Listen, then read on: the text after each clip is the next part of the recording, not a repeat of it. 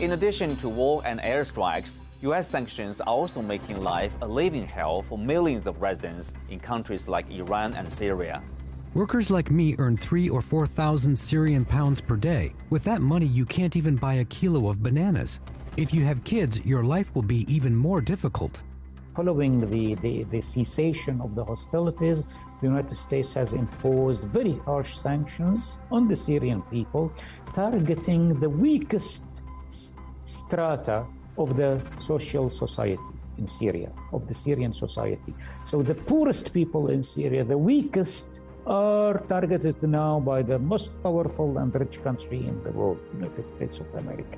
This talks to you a lot about the human values and the democracy of the United States. As people around the world struggle to fight COVID-19, countries like Iran and harsh US sanctions face a particularly dire situation. The direct effect of sanctions is that accessing foreign medicine is very difficult. Prices are much higher because of foreign currency shortages caused by sanctions. Foreign pharmaceutical companies do not sell us medicine because they're afraid of punitive US sanctions.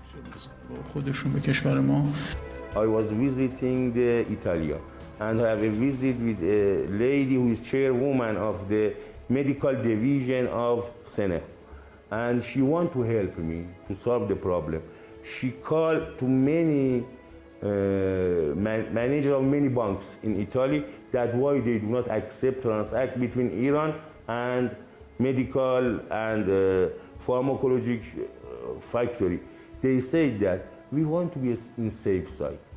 When we have a deal with Iran, even for pharmacy, the CIA, they say CIA, and the USA look on us with more suspiciousness.